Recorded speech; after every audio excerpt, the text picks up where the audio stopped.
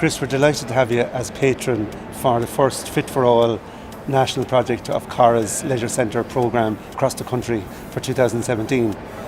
What do you think of the project and Fit4All? Yeah, well, Fit4All project is very good in so much as this is coming from somebody who hasn't done anything at all, physical activity at all, in 18 years.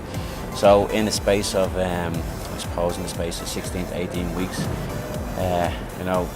getting active and getting fit for me was a huge thing.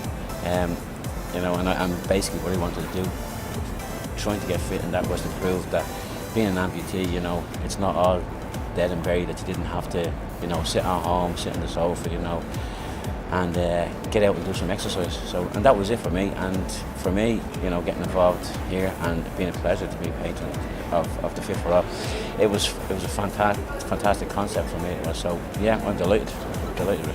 And you were saying there that you, for a lot of years, didn't get active. But yeah. What sort of things were stopping you or preventing you from getting active? Well, I suppose it's the whole thing of from the background I came from football and being very physical and being very fit, to then not being able to do anything. Now, when I say not being able to do anything, mentally, I wasn't able to do anything, but I've got a prosthetic leg there that allows me to do a lot more than most people would do. So for me, it was I think it was a mental thing for me, and I think there's a lot of people like that, when they become overweight, and don't have the motivation to get going and get out and do things. It's very good to just put your mind to something, have a target, have a goal, and stick to it, and try and stick to it the best you can. There is times you might not be able to stick to it all the time, but it's important to really just say, get out there and be active. And what got you started? What got you back into exercise? Was there any particular thing that said, look, it's time to do it, or someone said so, or you saw something, or Fit4All idea? I think it was, for me personally, it was being 18 and a half stone. For me, being 18 and a half stone as an amputee on one leg is not a good place to be. So I think that was the thing that drove me to, I suppose, getting active and getting fit. And also, I think from a mental point of view, it was the right thing to do, because being overweight, being inactive, and not active was taking a strain on me mentally as well. So I needed to get out and do something. It's not good being closed behind the four walls. So that's interesting, because kind of research that I deal with the students that I teach really would refer to that someone who has an impairment or disability, it's actually their lack of exercise sometimes is the biggest issue, not the actual impairment. That's not the main issue. It's being overweight or not fit. Did you found that? I found that. I very much found that. But you see, that was I suppose that was my own downfall, because I had a prosthetic leg that would enable me to do a lot of things, and I just didn't go with it. I just didn't grab that by the horns and go with it, because I felt like I felt kind of impartial to everybody else, but I kind of felt that I was more restricted. Mentally I felt more restricted, that the leg wouldn't let me do it, but it would. And I found that out as I started to get fitter. Once you started to once I started it. Chris, just in relation to you getting started, did you find there was any issues or barriers within leisure centres or sports centres that restricted you a little bit when you did decide, I need to reduce from 18.5 stone down? Anything that restricted you in getting access? I think today, everything has moved on since when I lost my leg. So back in the day when I was early stages of losing the leg, it was things like, no lifts in gyms, and stuff like that. We wanted to be active, we wanted to get fit. You go to a gym, you sign up a membership, and next of all you figure it, you see what's in front of you is probably 2 flights of stairs that you have to climb before you can actually get in the gym. And they're little barriers that would be put in front of you that would have made you think, I'm not going back. I'm just not going back to it. You were already focused on doing the workout. That was the focus that you had. You got from your house front door to the gym. And then all of a sudden you were met with, stairs that kind of made you feel like you had a disability. Yes. But as I say, gyms, shopping malls, shopping centres, should I say, and car parks,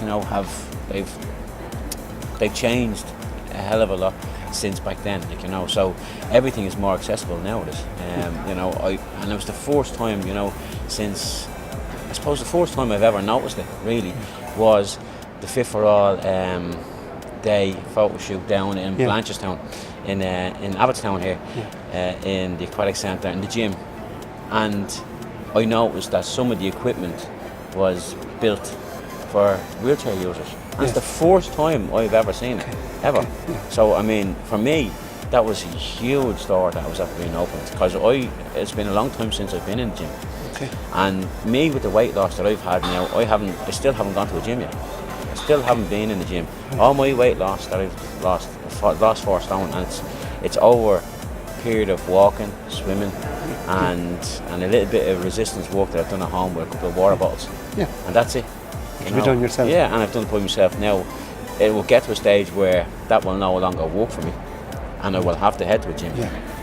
So for me, all these progressions that the gyms, are making, are going to benefit people like me, and people with physical disabilities, to access this equipment. As part of Fit4All, Cara, the almost 100 centres around the country were providing programs this week. We're going to provide training for them in relation to access for people with disabilities and providing access. And one of the things we're looking for is accessible equipment. Is there anything else in your experience that, say, fitness instructors or leisure centres would need to facilitate you to be active? Is there anything else we should be doing with them, or they should be providing for you? I think what's happening at the moment with coaches on a widespread is that they're more open-minded. I think every coach now is more accessible to somebody with a physical disability, and is willing to, I suppose, test the boundaries of where they can go with it, and change things up. It's always good for coaches, whether it be mainstream football, whether it be football in general, or Gaelic, or whatever it is, or in the gym, to have that open mind, and be, I suppose, be more welcoming to people with disabilities, and test themselves. It's very easy for someone who has all these degrees and badges and all this to become complacent and comfortable in what they do. So throw it out there, test the boundaries, welcome people like myself in, and really, if we can challenge ourselves, the guys, the instructors and coaches should be challenging themselves to make sure that we're all. It's a lovely idea. I think we might take that for Fit4All for when we're providing the training, that it's a challenge for you to be a better coach, better instructor. Yeah, definitely. From here, is there anything in particular today you're looking? There's lots of events. There's the exhibitors. There's things going on. Anything you're looking forward to participating? I think for me, I'm just going to enjoy the whole experience of the expo, because it's probably the first one I've been to. I want to take a lot of the things in. I want to have a go at a few things as well.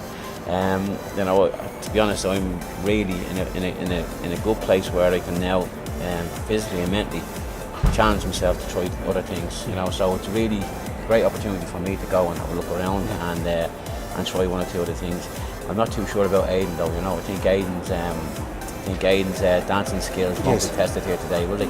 Yeah, he mightn't be up to it, but we'll see how he gets on. We'll manage. Brilliant. Thanks very much. No problem. Pleasure. Thanks a lot.